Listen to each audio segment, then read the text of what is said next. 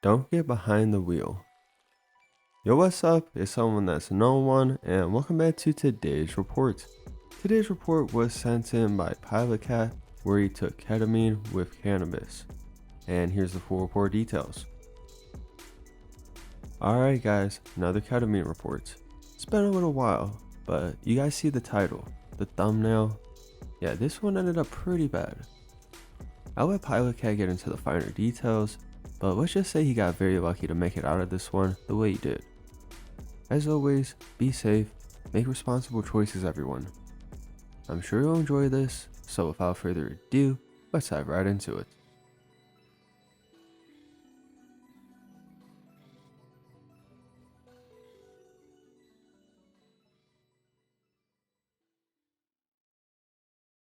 Age, 21. Drugs consumed, a lot of ketamine and cannabis. It was a pretty cold night, and I drove over to see one of my good friends. I pulled up his driveway one fine night to spend some time with him. I made the executive decision to spend as much of my time with my cancer-riddled friend as possible. The night was made of watching Clockwork Orange for my first time in a K-hole. I was doing excessive amounts of ketamine as the movie played out, which made it that much more enjoyable.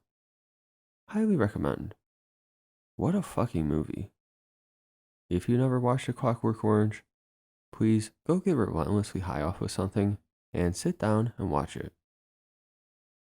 About halfway through the movie, I decided it might be time to say cheers to Scotty, being that I have work-related classes that I need to take that day.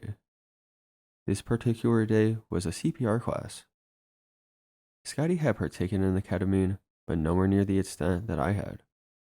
I was doing small pile after small pile of finely ground ketamine crystals straight to the nostrils. I get up and make my goodbyes to Scotty. I tell him that I will see him soon and potentially finish this movie with him. I walk out the door after gathering my belongings and approach my car. I bust out the bag of ketamine and do an absurdly fat line off the top of my vehicle, so I can have a little something interesting to play with while I drive home for the next hour. I chop it up, sniff it away, and stare at the moon for some time. This was a vivid memory. It was very quiet in the North Georgia mountains at 4 a.m. After insufflating my line, I enter my vehicle and take the first right out of the driveway. There was a moment where I just started maniacally laughing for some reason, because I was so fucked up off the ketamine. I'm not entirely sure what I thought was so funny, or what it was that made me start laughing. I guess I was just really sideways. I made it about 4 minutes down the road, heading towards the interstate, before I came upon some curvy back roads. Upon entering this set of curvy back roads, I was going all too fast to begin with. It had just rained an hour ago, and the roads were still slick. I was going maybe about 35 miles an hour around a sharp left curve when my two rear tires locked up and the entire automobile started to rotate counterclockwise. Before I knew it, I was going 20 miles per hour backwards. Shortly after this, my vehicle begins to make contact with the earth on the left side of the road, assuming the direction I was already going normally. My tires made contact with the dirt, and my vehicle landed on its passenger side.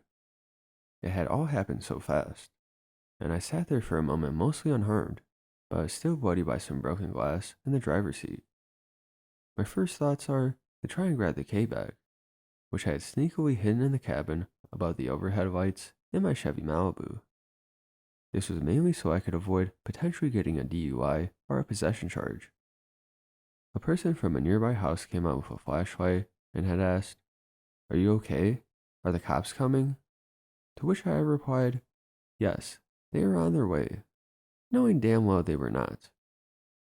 From that point onward, I had called Scotty and told him to come and beam me up. After the accident, my memory is a little hazy, and most of it isn't worth documenting. Aside from me getting back to Scotty's house and picking up a Milwaukee drill, thinking it was a light, and still very intoxicated, about to head back to the crash site to attempt and fail at retrieving the K-bag from that compartment. At the end of this incident, my vehicle was totaled.